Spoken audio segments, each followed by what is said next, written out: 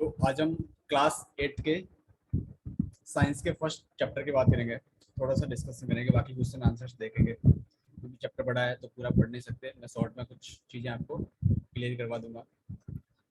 Then first chapter का नाम है आपके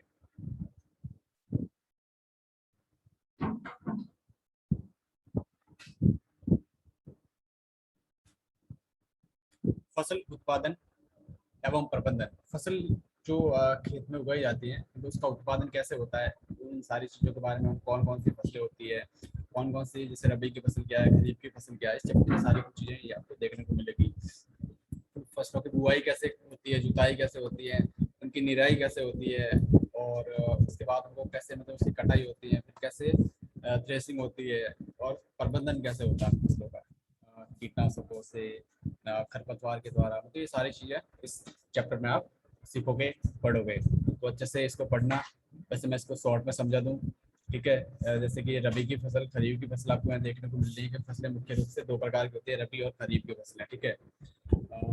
इसमें खरीफ की फसल मुख्यतः वर्षा ऋतु पर डिपेंड रहती है ज़्यादातर, और रबी की फसल है वो बाकी की जो मौसम रहता है, जैसे सर्दी का मौसम उसमें होती है, जैसे सरसों है, मटर है, चना, गेहूँ वगैरह। तो ये चीज़ें मोस्टली। बाकी आप यहाँ देखोगे जैसे कृषि के औजारों के बारे में पढ़ोगे। हल होता है, हल सेप्ट, जिसको मतलब एक जो हल के पार्ट है उसको हल सेप्ट बोलते हैं, फाल बोलते हैं हल के पार्ट को। एक कुदाली होता है। तो ये काफ़ी औजार है जिनसे खेती की जाती है। कल्टीवेटर, जो आजकल कल्टीवेटर चलता है ना ट्रैक्टर के पीछे, देखा होगा आपने। तो ये कल्टीवेटर। फिर बुआई कैसे होती है इनकी। सबसे पहले मतलब ये देखा जाए तो पहले ज़मीन तैयार होती है, फिर बुआई होती है, फिर मतलब खरपतवार वगैरह ये सारी चीज़ें होती है, ठीक है। तो स्टेप बाय स्टेप आपको पता चलेगा कि खेती का रोल क्या होता है हमारी लाइफ में, और कैसे की जाती है, कौन कौन से औजार होते हैं, और कौन कौन से जो ज़रूरत की चीज़ें होती है वो हम उनका यूज करके एक अच्छी खेती हम कर सकते हैं, और अच्छा संग्रहण कर सकते हैं, और बहुत सारे लोगों तक अनाज पहुंचा सकते हैं। तो ये चीज़ें आपको बेसिक चीज़ें हैं, बिल्कुल सीखने को मिलेगी, जिन्हें आप रेगुलरली देखते हैं। अगर आप ग्रामीण परिवेश से निवेश करते हैं तो फिर मतलब निवास करते हैं ग्रामीण परिवेश से, वो तो आप देखते हैं, आपको नॉलेज है। लेकिन आप शहरी परिवेश से हैं तो कहीं ना कहीं आपने थोड़ा बहुत कुछ देखा होगा। ठीक है, आप इसके सिंचाई के बारे में पढ़ोगे। सिंचाई के स्रोत क्या है, कुएं है, नलकूप है, तालाब है, झील है, नदियां हैं, बांध है, नहर हैं इत्यादि, ये सारे स्रोत होते हैं सिंचाई के, ठीक है। चित्र है, ये मतलब ऐसे भी सिंचाई होती थी, ऐसे भी पानी निकाला जाता था बैल के द्वारा, है ना। ये देखो खेतों में पानी दे रहे हैं, दिख रहा होगा आपको। मतलब किस तरीके से खेतों में पानी दिया जा रहा है, क्या क्या जुगाड़ किए जाते थे पहले, और आज कितना चेंजेस है, वो भी आपको देखने को, पढ़ने को मिलेगा इस चैप्टर में। क्लियर है ना। तो हम बात करते हैं चैप्टर के। यहाँ देखो, आप इसकी कटाई के बारे में पढ़ोगे, ठीक है। फसल की कटाई कैसे होती है, दराती का फोटो आप यहाँ देख पा रहे हो।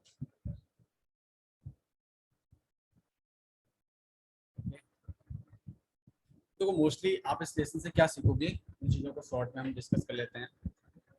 अपनी बढ़ती हुई जनसंख्या को भोजन प्रदान करने के लिए हमें विशिष्ट कृषि पद्धतियों को अपनाना होता है। इस चैप्टर में आप एक तो ये सीखोगे कि हमें विशिष्ट पद्धतियों को अपनाना पड़ता है अपनी जो बढ़ती हुई जनसंख्या है उसको पर्याप्त भोजन देने के लिए। सेकंड, आप पढ़ोगे कि किसी स्थान पर उगाए जाने वाले एक ही प्रकार के पौधों को फसल कहते हैं। फसल की डेफिनेशन भी आप पढ़ोगे। फसल क्या है, फसल क्या है, एक ही जगह पर उगाए जाने वाले बहुत सारे पौधों को फसल कहते हैं, राइट। जैसे बारिश का भी मौसम चल रहा है, तो बारिश के मौसम में अभी बाजरी बहुत सारे लोग बोते हैं, बाजरा बहुत सारे लोग बोते हैं। तो वो बाजरा क्या है, एक फसल है, ठीक है। फसलें मुख्यतः दो प्रकार की होती हैं भारतीय मौसम के अकॉर्डिंग, रबी और खरीफ की फसल, ठीक है। आप इसको भी पढ़ोगे। फिर जुताई करके मिट्टी को तैयार करते हैं, समतल करना आवश्यक है इस कार्य के लिए हल तथा पाटली का उपयोग होता है, डेफिनेटली होता है, ठीक है। उचित समय पर, उचित समय एवं अंतराल पर फसल को जल देना सिंचाई कहलाता है। ये भी आप चीज देखने को मिलेगी आपको। उचित समय पर उचित समय एवं अंतराल पर फसल को जल देना सिंचाई कहलाता है। निराई की अवांछित एवं बिना निराई में अवांछित एवं बिना उगाई पौधों को हटाए जाना, जिसे खरपतवार कहते हैं। खरपतवार किसे कहते हैं, जब निराई करता है ना खुरपी से, ठीक है, फसल के अंदर, तो जो अवांछित पौधे होते हैं, यानी कि घास फूस होती है अच्छे पौधों के बीच में, यानी जो फसल हम बोलते हैं उसके पीछे घास फूस होती है, या फिर जिन पौधों की हमें जरूरत नहीं होती है, वो लगे होते हैं तो हम उनको काटते हैं तो उसको खरपतवार बोलते हैं। कटाई का अर्थ क्या है? पकी हुई फसल को अपने हाथों या मशीन से काटना कटाई है। दाने या भूसे से अलग करना तो थ्रेसिंग कहते हैं। थ्रेसिंग किसे कहते हैं? मतलब जो फसल होती है ना, जो दाने होते हैं ना, उनको थ्रेसर के द्वारा अलग करना या फिर किसी अन्य मशीनों के द्वारा, अन्य यंत्रों के द्वारा उस दानों को जो भूसा होता है उनसे अलग करने को थ्रेसिंग बोलते हैं।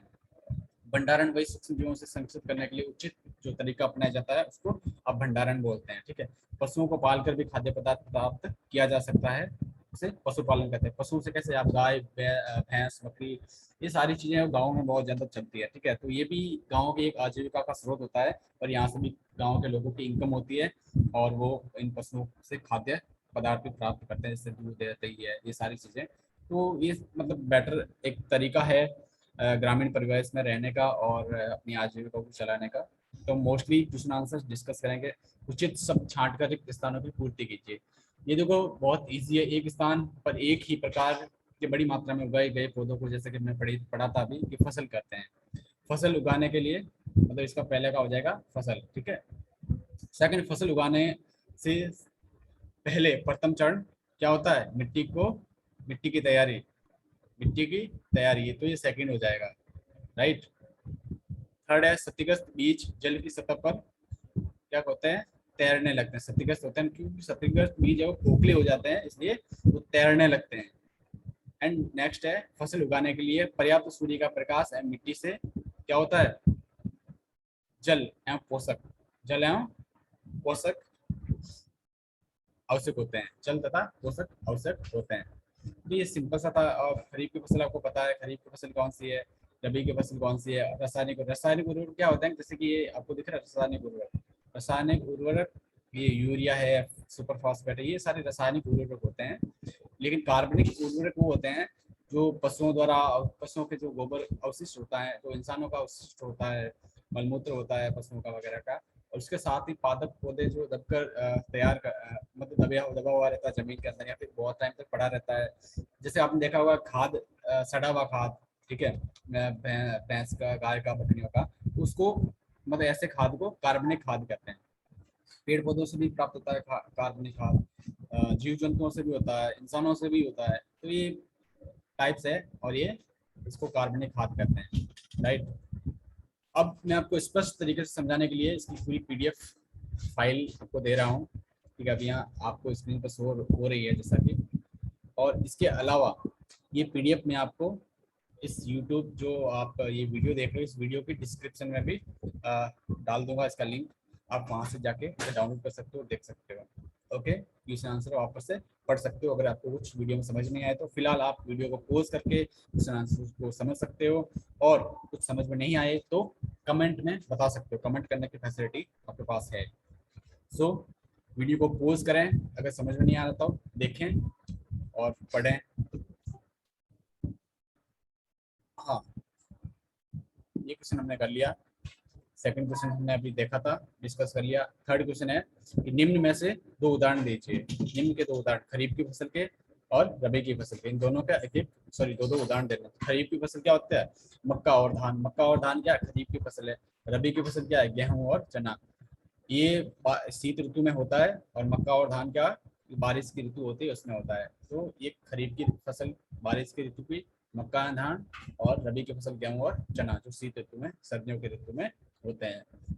नेक्स्ट क्वेश्चन है, निम्न पर अपने शब्दों में एक पैराग्राफ लिखिए। जैसे मिट्टी को तैयार करना, बुआई करना, निराई करना, थ्रेसिंग, जो चार वर्ड है इन पर एक एक छोटा छोटा पैराग्राफ लिखना है। तो सबसे पहले देखते हैं मिट्टी को कैसे तैयार करते हैं। ठीक है। जो मिट्टी है ना, वो फसल को बोने का एक मतलब फसल का पहला चरण माना जाता है। मिट्टी को पलटने और पोला बनाने में पौधों की जड़ें ज़्यादा गहराई तक जाती हैं और अच्छे से उनको श्वास मिलती है। पोली बनाई हुई मिट्टी कैंची और सूक्ष्म जीवों में वृद्धि की सहायता होती है। मतलब जो कैंची और सूक्ष्म जीव होते हैं मिट्टी के अंदर, तो वो भी उन पौधों तक अच्छे से पहुंच पाते हैं, उनको अच्छे से वहाँ से चीज़ें मिलती है और वो पौधे अच्छे से डेवलप होते हैं। तो मिट्टी में कैंची और सूक्ष्म जीवों की वृद्धि में भी सहायता होती है। पोली मिट्टी से उन चीज़ों की वृद्धि होती है, कैंची वगैरह है, सूक्ष्म जीव है, उन चीज़ों की वृद्धि होती है, उन जीव जंतुओं की वृद्धि होती है, जिससे पौधों को फायदा होता है। ये मिट्टी को और अधिक पोला कर ह्यूमस बनाते हैं। इसके अतिरिक्त मिट्टी पलटने से पोषक पदार्थ ऊपर की तरफ आ जाता है। मेन इंपॉर्टेंट क्या है, मिट्टी को पलटने से पोषक पदार्थ होता है ना मिट्टी के अंदर, वो ऊपर की तरफ आ जाता है, ऊपरी सतह पर आ जाता है, जिससे फसल बोते हैं तो फसल के जड़ों को आसानी से मिलते हैं और वहां से पौधे अच्छे फूलने फूलने लगते हैं। तो ये मिट्टी को तैयार करना। ठीक है, आगे है बुआई। बुआई, अब बुआई क्या होती है? बुआई यानी कि फसल को बोना, बीजों को बोना जमीन के अंदर। ठीक है, मिट्टी को तैयार करने के बाद खेत में बीज बोए जाते हैं, उचित दूरी पर और गहराई पर बीजों को मतलब बोया जाता है ताकि पौधे अच्छे डेवलप हो और ज्यादा गाढ़े न हो। बुआई के लिए अच्छी गुणवत्ता, साफ स्वस्थ मतलब बीजों का चुनाव करना होता है, मतलब अच्छे पके हुए बीज होने चाहिए। बीज उचित बीजों को चुनने के लिए चुनने के बाद इन बीजों को उचित गहराई या उचित दूरी पर बोया जाता है। सिंपल सा है। ठीक है, आगे निराई। निराई क्या होता है कि फसल उग गई, छोटे छोटे पौधे लग गए, उसके बाद में उसके साथ में बहुत सारे घास फूस भी उग जाता है जो काम का नहीं होता है, फसल की ग्रोथ को रोक देता है। तो उस घास फूस को काटने की प्रक्रिया को निराई कहते हैं। खरपतवार हटाने को निराई कहते हैं। खरपतवार मतलब कोई अवांछित पौधे जिनकी जरूरत नहीं है फसल में, उसको निराई कहते हैं। निराई नहीं करने से खरपतवार जल, पोषक तत्व आदि ग्रहण कर, खरपतवार यानी जो आवश्यक अनावश्यक पौधे होते हैं ना, वो जल को, पोषक तत्वों को आदि को ग्रहण कर लेते हैं, इससे फसल को कम चीजें मिलती हैं, पोषक तत्व फसल को कम मिलते हैं, इसलिए वो अच्छे से ग्रोथ नहीं कर पाती है और अच्छी वृद्धि नहीं हो पाती है। तो इसको कहते हैं निराई। उन पौधों को काटना, उन अवांछित पौधों को काटना निराई कहते हैं। आप अच्छे से पढ़ सकते हो। इसे खुरपी से काटा जा सकता है। खुरपी का यूज किया जाता है, क्योंकि लोहे का आगे से थोड़ा सा फाल होता है तो पीछे थोड़ा डांडा होता है, उससे निकाला जाता है। तो ये मतलब हत्ता। आगे थ्रेसिंग। थ्रेसिंग मतलब जो बीज होते हैं उनको भूसे से अलग करने की प्रक्रिया को थ्रेसिंग कहते हैं।